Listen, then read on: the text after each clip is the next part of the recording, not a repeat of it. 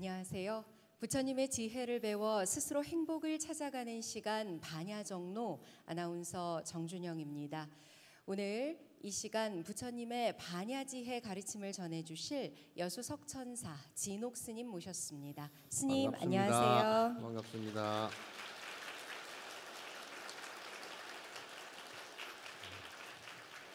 지난 2024년 1월 1일 반야정로가 처음으로 시청자들과 만났습니다. 날짜까지 기억을 다 하고 계십니까? 네, 1월 1일이라 잊을 수가 없더라고요, 스님. 나는 나이가 조금씩 들어가서 그런지 시간이 자꾸 붙어버린 것 같더라고요. 네, 기본 교리, 반야심경, 법성계 끝으로 참선 수행에 이르기까지 스님께서 따뜻하고 또 자상하게 정확하게 가르쳐 주셨습니다. 내가 그 말에는 좀 이의가 있어. 따복따복 정확하게 또 차분하게 가르쳤다는데 좀 썰렁하게 가르쳤어요.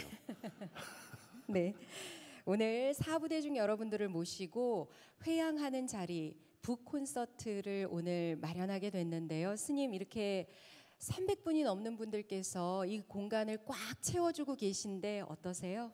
나는 300분보다 한 30만 명 정도 같이 했으면 좋았을 텐데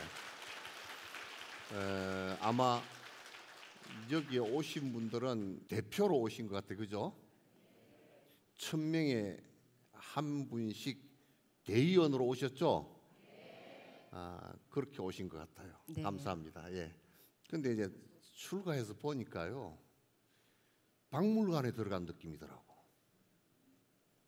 왜냐하면 출가를 했다라는 것 자체가 역사를 후퇴하는 것이 아니거든요.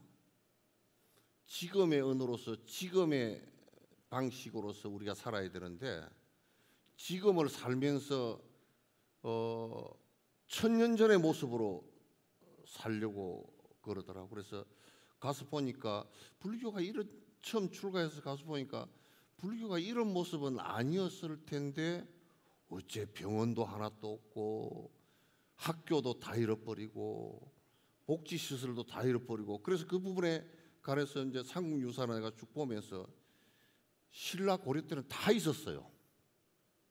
다 있었어요.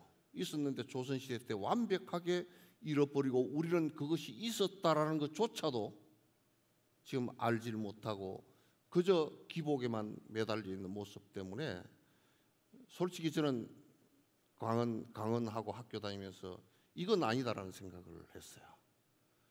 접근할 수 있는 모습이 없어요. 그리고 강원에서 전부 다 한문을 가르치는데 실어금 뻑뻑이 나도 잘 모르겠어요.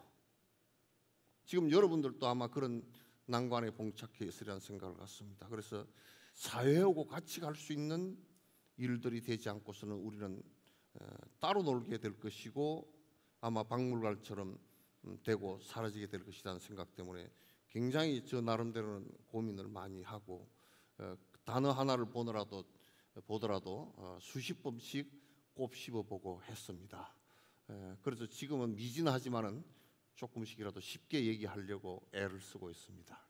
스님께서는 불교가 박물관에 있어서는 안 되고 이 세상 속에 살아 숨쉬어야 한다고 생각했다고 지금 말씀을 주셨는데요. 네. 그렇기 때문에 불교가 해야 하는 역할에 대해서 고민이 많으셨을 거고 또 그동안 걸어오신 길을 살펴봐도 그런 여러 가지 일들을 해오셨는데요. 먼저 여수 석천사와의 인연을 여쭤야 할 것 같습니다. 저는 주지하는 데는 아무 관심이 없어요. 관심도 없고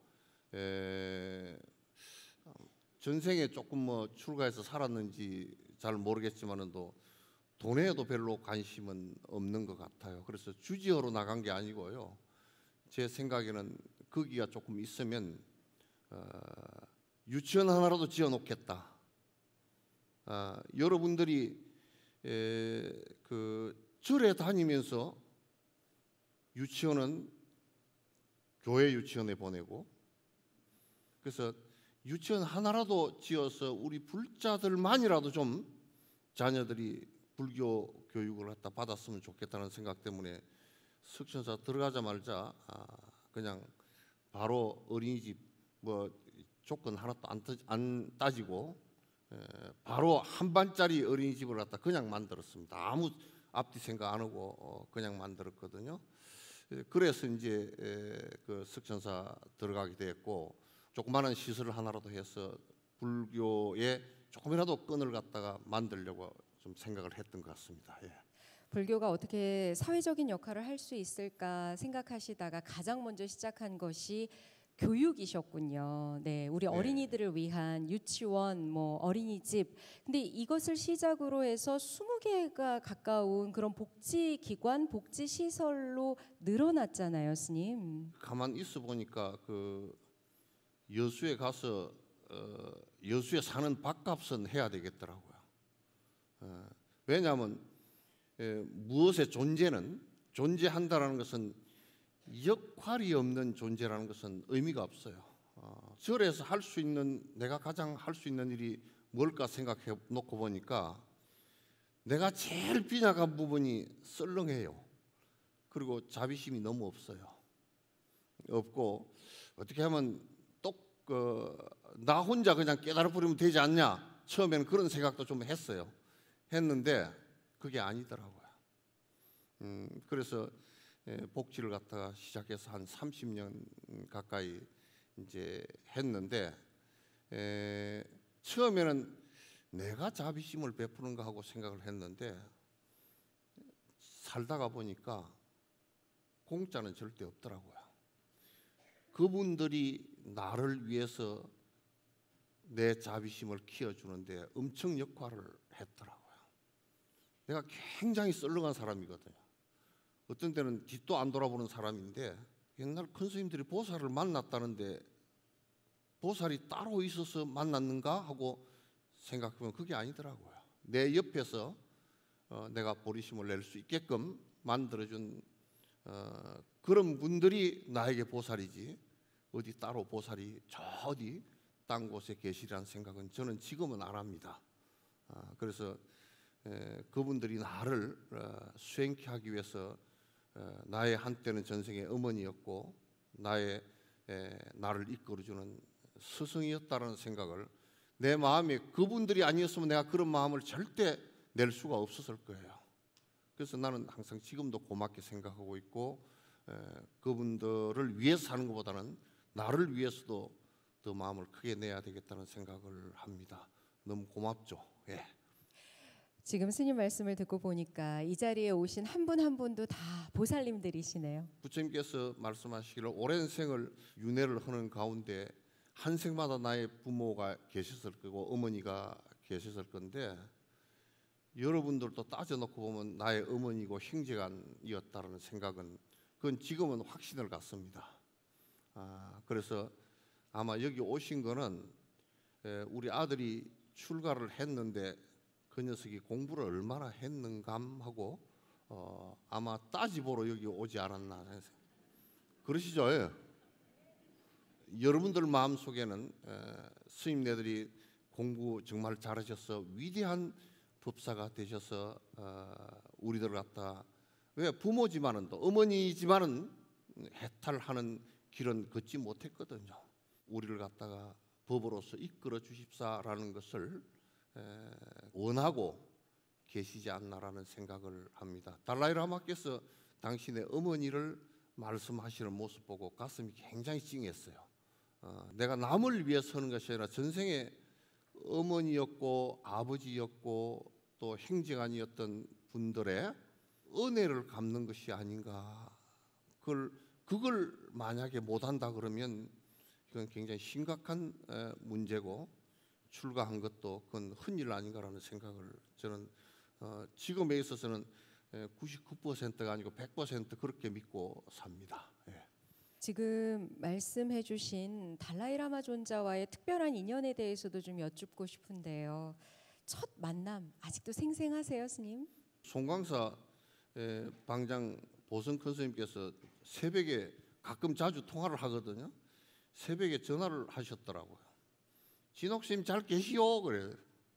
그래서 잘 있습니다 그랬더니 나하고 어디 갈래요? 그래요. 어디를요? 그랬더니 보성 스님께서 되게 웃기거든. 달랑라마한테 갈래요? 그래서 달랑라마가 뭔가 예 그러니까 달라이라마한테 갈래요.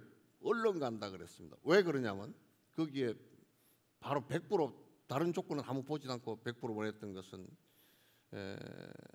저에게 경을 배우고 그러면서 자비심이라는 것을 갖다가 얘기를 하는데 한국의 현실에서는 보기가 좀 힘들어요. 좀 썰렁하고 그런데 그분이 자비심을 말한다 그러더라고요. 가서 뵙겠다고 두 말도 안 하고 따라 나섰다가 델리에서 버스를 타고 다람살라까지 가는데 무려 25시간을 걸렸습니다. 길을 헤매고 그래가지고 가서 뵈니까 처음에는 이런 생각을 좀 했어요. 조직 위에 이름이 들어얹힌 사람 아닌가. 그런 사람이면 보고서 두 번 다시 안 가리라 이제 생각을 했는데 딱 그냥 한 뵙고 3분 내지 5분 사이에 그 마음이 싹 사라졌어요. 숙이고 나와서 인사하고 거기에 권위적인 모습이나 이런 것이 한 개도 안 보였습니다. 그래서 이제 같이 말씀을 이렇게 나누는데 그냥 가슴이 와서 각각 꽂히더라고요. 그래서 이제 스님께서 법문을 좀 해주셔야 되겠다고 내가 그날 바로 얘기를 했죠. 그러니까 두 말도 안 하시고 그러라고. 그래서 이제 법회가 진행되고 지금까지도 작년이죠 벌써 갔다 오고 그랬습니다. 나한테는 많은 스승으로서의 도움이 됐죠. 예. 달라이라마 존자와의 어떤 만남과 또 가르침을 통해서 또 새롭게 느끼신 부분도 있으셨을 것 같습니다. 새롭게 느낀 부분이 있는 정도가 아니고요. 우리에게는 우리가 수없이 읽는 금강경 같은 데서도 발 안욕따라 삼약삼 보리심 하니는 응운하주며 운하항복기심이고 발 안욕따라 삼약삼 보리심이란 말이 수도 없이 나와요. 조금 더 길면 발 보리심 해라 그러는데 그 발 보리심을 수행하는 방법이 없어요. 거기 가서 제가 처음에 법문을 좀 해주십시오 그러면서 금방지게 금강경을 좀 해주십시오 그러니까 존자님께서 아무 말씀도 안 하시고 이렇게 하고 계시더라고요. 뭘 좀 해주십시오 그랬더니 입보리 행론을 하자 그러더라고요. 당신이 가장 보리심을 바라는 데 도움이 됐다고. 보리심은 내가 승부를 하겠다라는 것은 맞지만은 어떻게 승부를 해야 될 것인가에 대해서는 우리는 없거든요. 그래서 사홍선에 보시면 여러분이 중생무변 서원도가 제일 첫머리에 나오는 거예요. 이 법수가 맨 앞에 된 것이 수행에 있어 첫문입니다. 그래서 중생무변 서원도가 전제되지 않는 번뇌무진 서원단이라는 것은 어렵다라는 말씀을 하시면서 중생을 건지겠다는 것은 전제가 일체 중생이 전부 다 육도윤회의 고통에 빠져 있다는 구사론의 전제처럼 돼야 되고요. 그리고 모든 나와 인연 있는 모든 중생들이 나와 깊은 인연이 있고 어머니라는 전생의 어머니라는 생각을 갖고서 저 어머니들에게 보온으로서 내가 효도하는 마음으로서 저분을 전부 다 이끌고 가겠다라는 생각을 갖다 키워나가는 것이 굉장히 중요하다. 그 입보리 행론이 전부 그 얘기고 여러분이 부모 은중행은 효도경이 아닙니다. 유교 효도경이 아닙니다. 어머니를 어떻게 건질 것인가라는 얘기의 발보리심경입니다. 그래서 보리심에 관한 얘기를 갖다가 듣고서는 굉장히 놀랐어요. 구체적인 수행 방법을 듣고서는 놀랐어요. 그 발심이 안 되면요, 내가 일체 중생을 위해서 희생하고자 하는 생각 자체가 생기지 않습니다. 그래서 그분에게 입보리 행론을 갖다가 강의를 듣고 독송을 하고 한 6, 7회에 걸쳐서 입보리 행론을 갖다 들었는데 이게 이기심에서 벗어나서 이타심이 행해지고 모든 어머니들이 고통에서 벗어나기를 바라고 그리고 아제아제 바라아제 바라성아제 모지사와 갑시다 어머니 아버지 모두 갑시다. 저 깨달음의 길로 우리 같이 갑시다 하고 이끌고 나가는 그런 대승불교의 모습이 아닌가라는 생각 때문에 그때 많이 이 마음에 크게 와서 닿았던 것이 있습니다. 그래서 우리한테 반야신경이고 건강이고 보니까 다 있더라고요. 다 있는데 우리는 그게 전부 다 부적이 돼 버려 가지고 통과의례나 부적이 돼 가지고 이거 우리한테는 별로 효과가 없었던 것 같아요. 그래서 경을 전부 다 다시 보기 시작했습니다. 달라이라마 존자와의 첫 만남에서부터 가르침에 이르기까지 지금 말씀을 쭉 주셨잖아요. 그리고 지난해까지도 직접 가셔서 법문을 청하시고 또 친견하시고 그리고 오셨는데요, 스님. 지난 시간 한 30여 년 쭉 돌아보시면서 달라이라마 존자의 가르침, 그 수많은 가르침 가운데 오늘 이 자리에서 꼭 좀 전해야겠다 하는 부분이 있으시다면은요. 근데 당신이 내가 델리에서 개인 면담을 요청해서 오전 내내 이제 같이 얘기할 수 있는 기회가 있었는데 당신이 38에 우리 같으면 견성이 되신 것 같아요. 공성에 대한 깊은 통찰이 있었다. 가슴이 후련해지고 나라는 것이 사라지는 경계를 갖다 그때 느꼈다. 그러고 승려로서 선을 통해서 깨달음을 이루는 것은 당연하죠. 깨달음이라는 것은 우리가 내 생각 속에서까지 번뇌가 다 사라지는 것을 말로 하자면 그렇게 된 겁니다. 말씀하시는 게 그런데 일체 중생을 위해서 염려버리심이 되는 것은 당신이 이 생에서는 될 것 같지 않다라고 생각을 했답니다. 그런데 이제 계속 중생을 위한다는 생각을 깊이 관상하고 입보행론을 하루에 한 번씩 쭉 독송하면서 관상을 하셨다 그러더라고요. 굉장히 중요한 논쟁이다 그러면서 말씀을 하시고 50이 되니까 내가 밥 먹는 것까지도 내가 맛있어서 먹구나 이렇게 내가 오래 살라고 먹는 것이 아니라 이 밥 한 끼도 기도를 할 때 일체 중생을 위해서 그 밥을 먹는 것이 되더랍니다.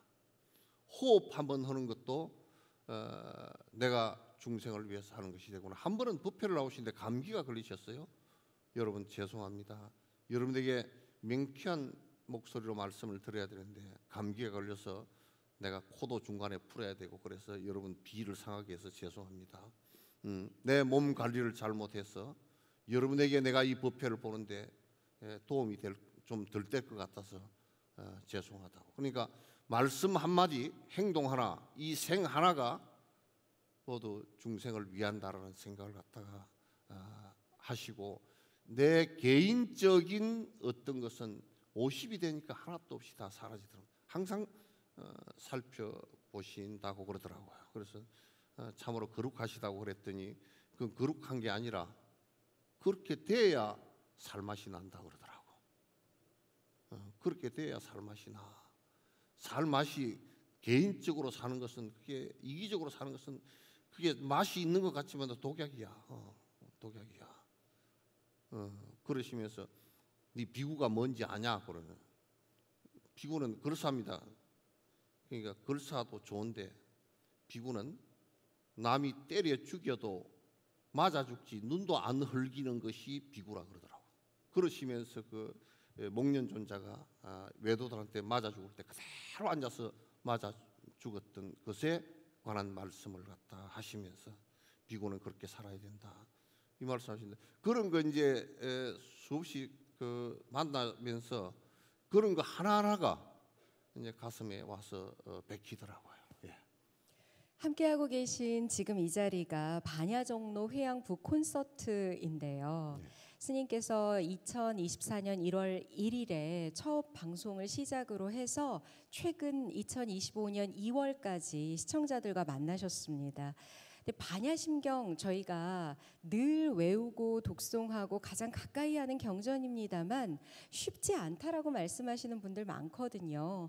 반야정로에서 반야심경을 가르쳐야겠다 생각하신 계기가 있으시다면은요.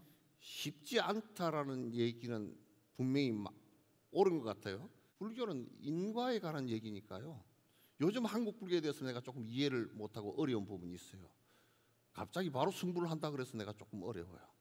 이거는 보리심을 발하고 수행을 하는 가운데 바로 된다라는 것은 오랜 생의 선건이 다 가진 상태에서 바로 이루어지는 것이지.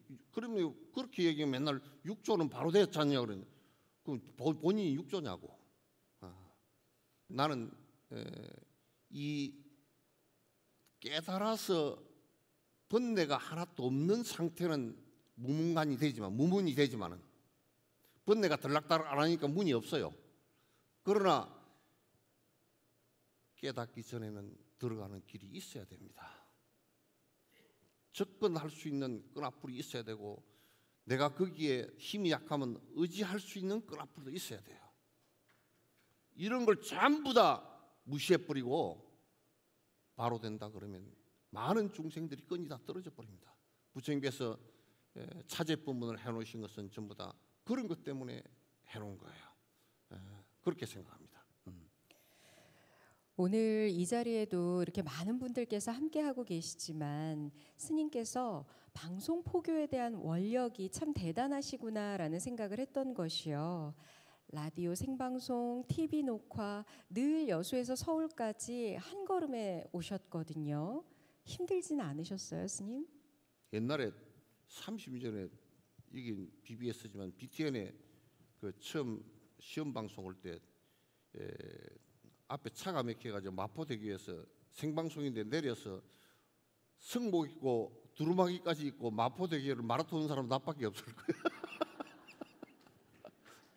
그거 마포대교 어떻게 뭔지 말이요. 그래가지고 1분 전에 도착했거든요. 도착해서 숨이 아파서 땀이 흘러고 해서 못 들어가서 그래가지고 한 5분 바깥에 있다가 했던 적도 있습니다. 방송은요 굉장히 좋은 전달 수단입니다. 법당을 갖다가 수백 개 지어서 법문을 수백 명의 포교사가 하는 것보다도 더 효과하거든요. 또 불특정 자수에게 절에 꼭 애를 써서 오지 않아도 듣고 볼 수 있습니다. 피드백 오는 것이 굉장히 많이 정법에 대한 갈급함을 많이 느끼고 있다는 생각을 갖습니다. 많이 원하고 있고, 그래서 내가 이제 방송을 이제 그만한다 그러니까 전화가 한 통화 왔어요. 스님 실망스럽습니다 그러더라고. 나도 내가 나이 든 게 실망스럽소 그래. 요즘 나이는 그 나이도 아이랍디다 말하는데 그래도 나도 나이는 나이띠다. 부처님께서도 생로병사 그러잖아요, 그죠? 근데 요즘에는 가만 보니까 그 얘기를 이해하는데 생로병사가 다 병이더라고요. 누가 그러더라고. 잘했다 내려오라고. 잘한 것도 없지만은도 그래도 못했을 때 내려오는 것보다는 조금 나은 것 같아서 내려오려고. 그래 여수에서 여기까지 올라오려고 그러면 맨날 비행기가 떠나 안 떠나, 바람이 부나 안 부나, 맨날 인터넷 들여다보고 그렇게 해야 되고 힘들더라고요. 그래서 힘들어도 하긴 해야 되는데 늙음이라는 병에 걸려서 내가 못하겠다 그랬더니 그건 진짜 이해한다 그러면서도 그래도 실망스럽고 서운하다 그러더라고요. 그래서 서운한 건 당신만 서운한 게 아니라 나도 서운해요 그랬더니 그러냐고, 서로 서운하고 말자고 내가 그랬어요. 스님께서 방송을 통해서 많은 시청취자들을 만나셨는데 이렇게 직접 전화하시고 또 어떤 방송에 대한 의견, 또 스님께서 주신 강의에 대한 환희심을 표현하신 분들이 많으셨다고요. 예, 그거는 이제 뭐 위로하느라고 그랬을 거예요. 그 나를 갖다 뭐 칭찬하는데 그게 칭찬이라는 게 가만 생각해 놓고 보면 나는 절에 다니는 신도들한테 칭찬 한 번도 안 해봤어요. 왜 안 하느냐? 다들 본인이 원하고 본인이 다 주인이고 본인이 위대한데 내가 칭찬한다고 오고 또 칭찬 안 한다고 또 이제 안 오고 그러면 그건 쫄대기잖아요. 그건 별로 의미 없고, 그래서 이제 그분들이 나를 칭찬하는 것은 그냥 위로해 주느라고 고생해요.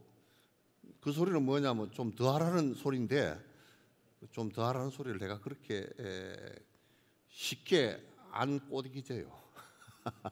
그래서 그 정도 합시다. 그러고 이제 그러고 마는 거죠. 예. 이 시간 반야정로에서는 반야심경 해설해 주셨을 뿐만 아니라 또 법성계도 한 구절 한 구절 짚어 주셨습니다. 법성계하고 반야심경을 그 방송에서 하려고 이렇게 자료를 전부 다 뒤져봤어요. 뒤져보니까 야, 이거 큰일 났다. 왜냐하면 반야심경 해석서가 우리나라에 별로 없어. 1300여 년 전에 된 그 현장 3장의 제자인 원칙 스님께서 마반야바라밀타 심경찬이라는 거 유시각적인 입장에서 설명한 건데, 그는 유시각적인 입장에 대해서 나는 별로 그렇게 그 맹키하게 와서 닿지를 않더라고요. 아, 이러니까 우리가 반야심경을 맨날 외우면서, 전에 돌아가신 어떤 그 신도회장 한 분은 반야심경을 그만둬야 된다고, 아닌 것도 아니고 긴 것도 아니고 산 것도 아니고 죽은 것도 아니고 아니고 오다가 뒤에 가서는 없다 그래 버린다고. 근데 사실상 우리가 이해하는 것이 아는 것 같아도 잘 몰라요. 또 모순되게 알고요. 왜냐하면 모든 것은 자성이 없고 자체 성질, 영원한 성질을 갖고 있는 것이 아무것도 없다 그러면서도 나는 불성이 있대요. 나가 있대요. 불성이라는 것은 깨칠 가능성에 관한 얘기지, 그것이 상존체로서 존재하는 것이 아니란 말이죠. 그러니까 자꾸 모순된 얘기를 거듭 반복한다고. 그렇게 하면 불교의 본질, 용수가 얘기한 공성, 무자성이기 때문에 공성이라는 얘기가 배반되는 얘기고, 부처님 얘기의 반야 얘기가 반대되는 얘기예요. 또 법성계는 의상스님의 의상스님께서 16년 동안 하엄경을 공부하시고 견성하시고 나서 오도송으로 하엄경 전체를 갖다 요약한 거예요. 아, 그런데 이것도 주석서가 없어요. 그러니까 이게 기복으로 될 수밖에 없어요. 법성계는 어디다 대고 읽으면 좋습니까? 그러니까 맨날 영단에다 대고 읽으면 좋다고. 그래서 법성계에 관한 아주 오류 같은 게 이를테면 이런 게 있습니다. 무연성교 차계의, 그러니까 무연자를 갖다가 인연 없는 중생에게 좋은 방편으로, 인연 없는 중생에게 어떻게 좋은 방편으로 얘기합니까? 그 연자를 갖다 잘못 봐가지고, 무연성교라는 것은 까닭 없다라는 뜻이거든요. 부처님께서 아무런 조건을 제시하지 않았다고 말이죠. 그렇게 거꾸로 얘기를 해요. 이건 굉장히 오류가 심해지면요, 그게 전부 다 미신화 되거나 전부 다 사이비 종교가 탄생하는 좀 근거가 됩니다.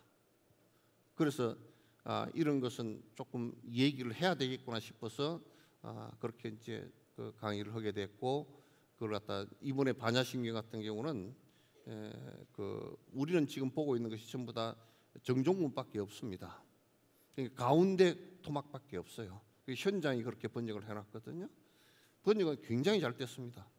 한문 번역은 최고인데 우리 번역은 아직까지 제대로 된 게 별로 없습니다. 그리고 이제 서문부터 시작해서 유통문까지 하고, 그것다 내가 앞에다 붙여서 이것을 이해하는 데는 대성의 공사상을 깊이 있게 이해하는 것이 좋다라는 생각 때문에 앞부분에다 좀 더 첨가해서 이렇게 또 한문을 섞어 놓으면 잘 안 되니까 한문 하나도 없이 이렇게 이제 책을 갖다가 내게 되었습니다. 그럼 여러분께서 읽어보시고, 이게 완벽한 것은 절대 아닙니다. 읽어보시고 참고하시고 공부하는데 도움이 되셨으면 하는 바람입니다. 예.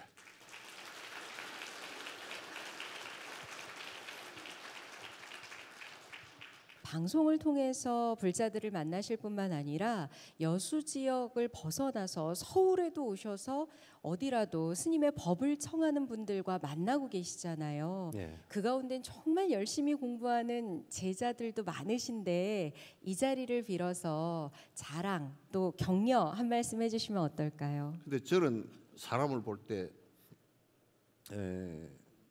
굉장히 제가 좀 편협되게 봅니다. 왜 편협되게 보느냐? 수행을 하지 않으면 변화하기가 힘들어요. 왜냐하면 마음을 바꾸는 일이니까. 여러분께서 밭을 갈아놓고 우리는 닥달했다 그러죠. 논밭을 닥달해놓고 어떤 씨를 뿌렸느냐에 따라서 그 밭이 달라집니다. 그럼 콩을 뿌리면 콩밭이 되고요.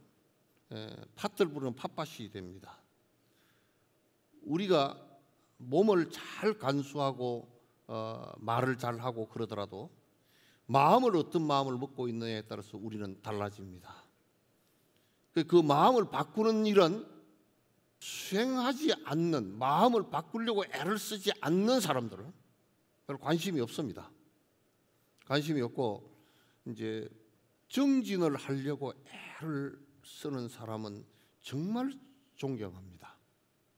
그가 가난했건 부자건 그가 남자건 여자건 아무 관계 없습니다.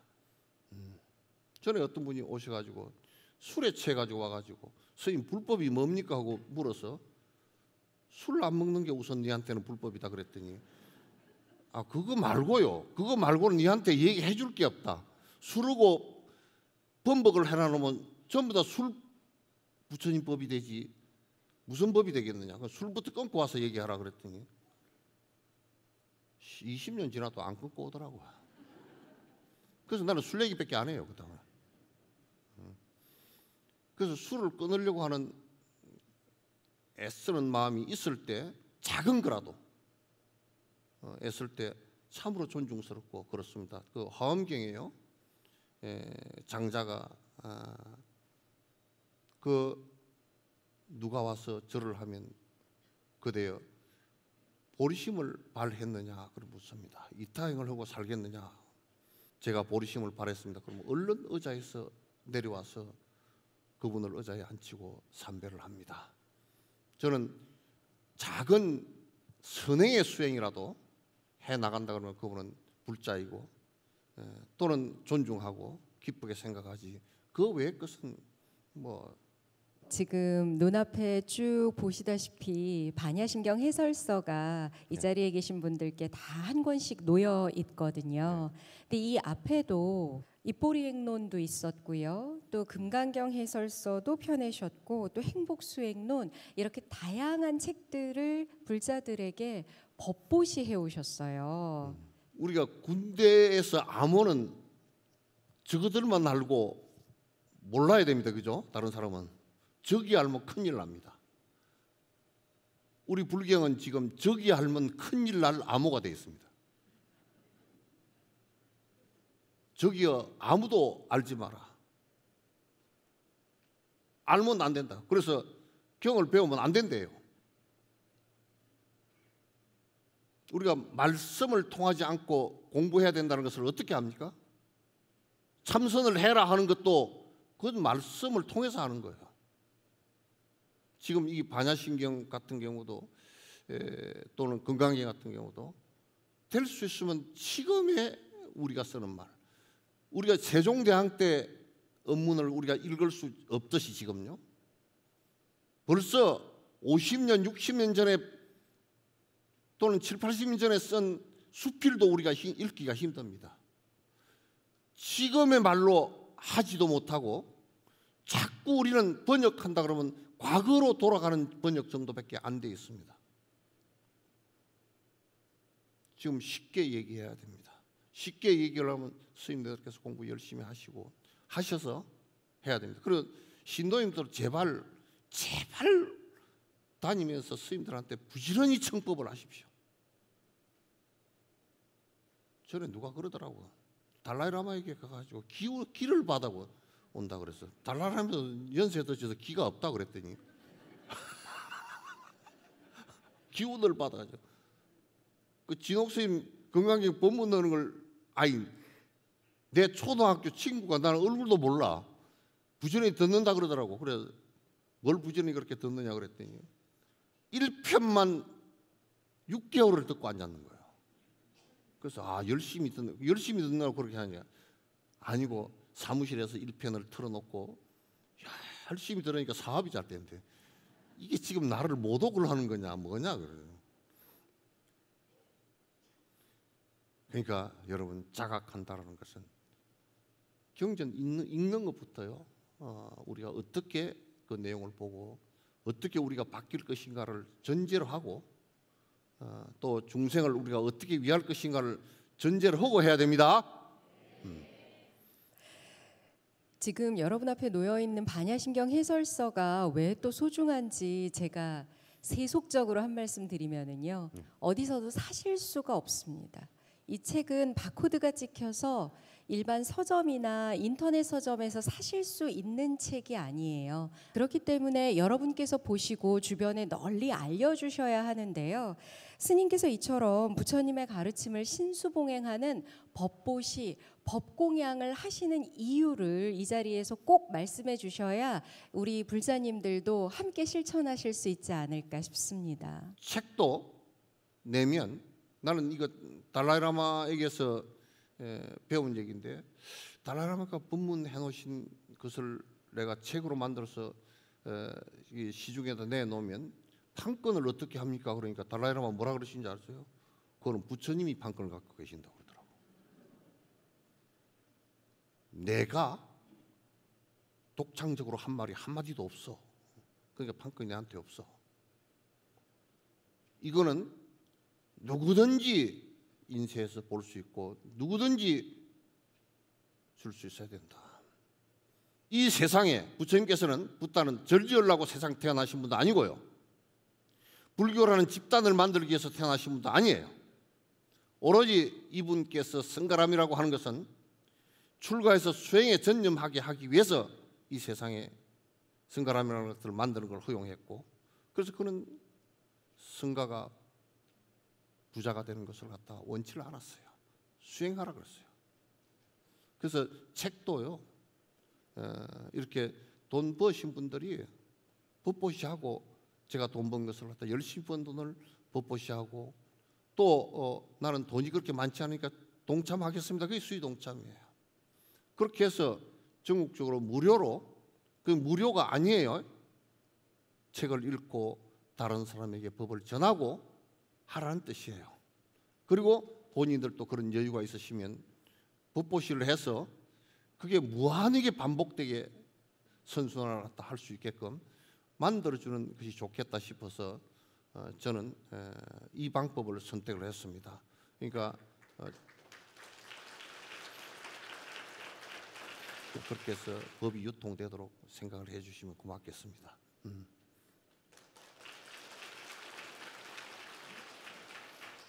스님께서 그동안 대중과 만나오셨는데 이제 잠시 멈춤을 생각하고 계시잖아요. 그럼 이제 앞으로 스님의 가르침을 어떻게 만날 수 있을까요? 나는 항상 하는 얘기가 미얀마는 가니까 한 5천 명 정도가 국가가 관리하는 삼장법사예요. 20년 이상 기영 공부를 하고 비구계를 받고 다 한 사람들이에요. 그 국가고시를 치르고 하는데 그 5천 명 정도가 거듭 다니시면서 매양 법회하고 수계하고 하시더라고요. 그래서 이제 또 달라이라마께서는 어느 한 절에서 기도만 하고 법문을 안 한다니까 부처님께서 존자님께서 기도도 중단하라 그러더라고요. 삿대지니까 강력하게 말씀을 하시더라고요. 정법이 조금이라도 유통되려 그러면 기도하는 방편과 무슨 방편을 많이 내놓더라도 거기에는 법이 항상 중심이 돼야 된다. 그래서 절도 전부 다 그럴 때 법이 중심이 돼야 되잖아요. 뭐 인터넷을 통해서 조금 소통을 하든지 또는 책 몇 권을 제가 구상하고 있는 몇 건을 갖다가 정리를 갖다 더 해준다든지 이제 그 정도 선에서 나머지는 제 시간을 갖는다기보다 제 시간에서 남을 위해서 허약할 수 있는 기운이 그렇게 남아 있지 않아서 그때는 좀 쉬는 거로 그렇게 하고 하겠습니다. 그래서 다른 스님들께서 정진하는 거 가르치는 거 잘 들어주시고 여러분 정진 열심히 해주시면 고맙겠다는 생각을 갖습니다. 예. 네. 지금 이 자리에 계신 분들께 또 전국에서 방송을 보고 계신 우리 불자님들, 시청자분들께 끝으로 인사 부탁드리겠습니다. 저는 갈 때 이렇게 하고 가고 싶어요. 갈 때.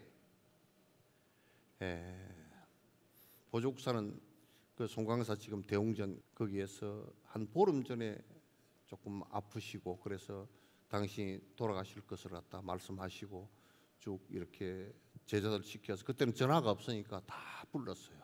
그 700대중이 그 송강사 앞마당에 쫙 다 앉았어요. 마지막에 내가 이제 가면 물을 사람이 없을 것이다. 그때 당시 견성하신 분이 제자들한테 아무도 없었던가 봐요. 다 물으라 그래서 108분의 말씀을 갖다가 다 그 대답하시고 마지막 그 질문이 뭐냐면 지금 스님께서 병을 보이신 것이 유마거사와 같습니까 다릅니까 하고 물으니까 딱 화두로서 대답을 하시더라고.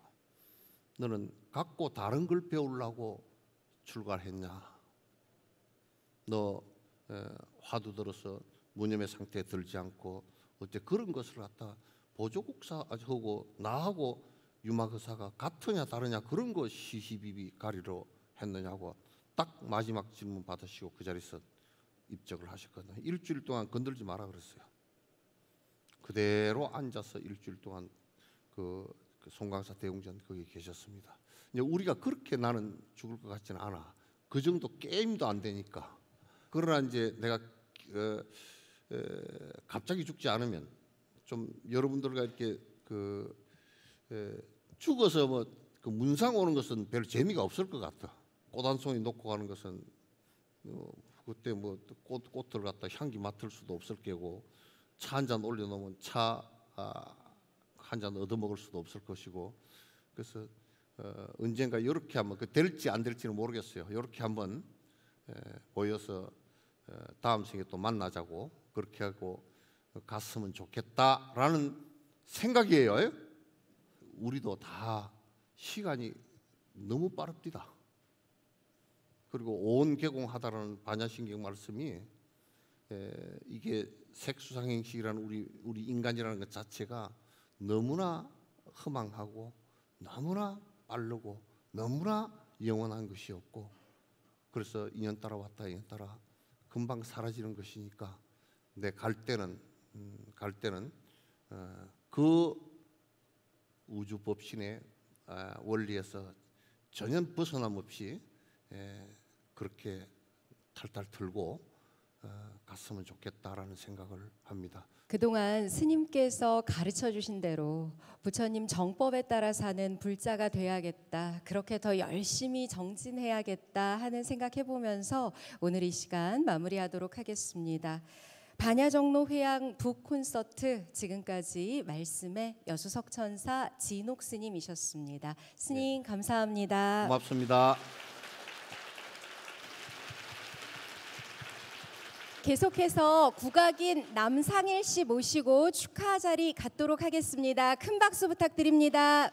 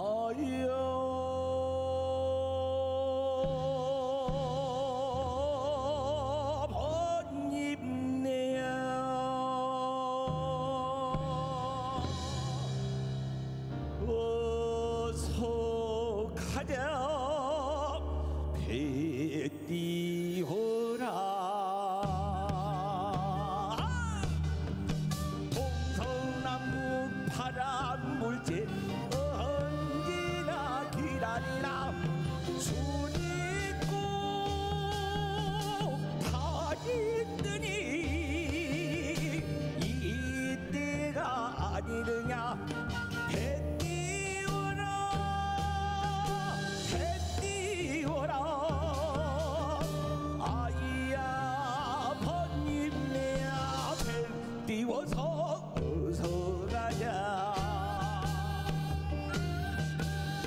바람이 없으면 노를 젓고 바람이 불면 닻을 올려라. 험입고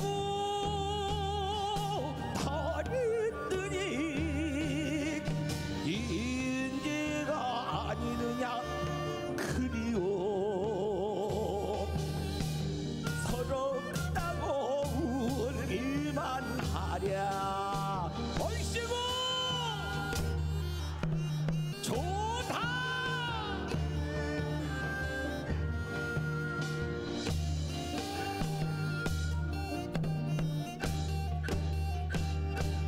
해 띄워라 해 띄워라. 아이야 번님네야 배 띄워서 어서 가랴. 동서남북 바람 불지 언제나 기다리라. 손 있고 다리 뜨니 이때가 아니느냐. 해 띄워라 해 띄워라.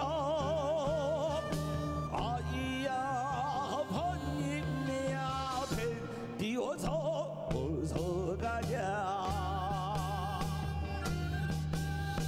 바람이 없으면 노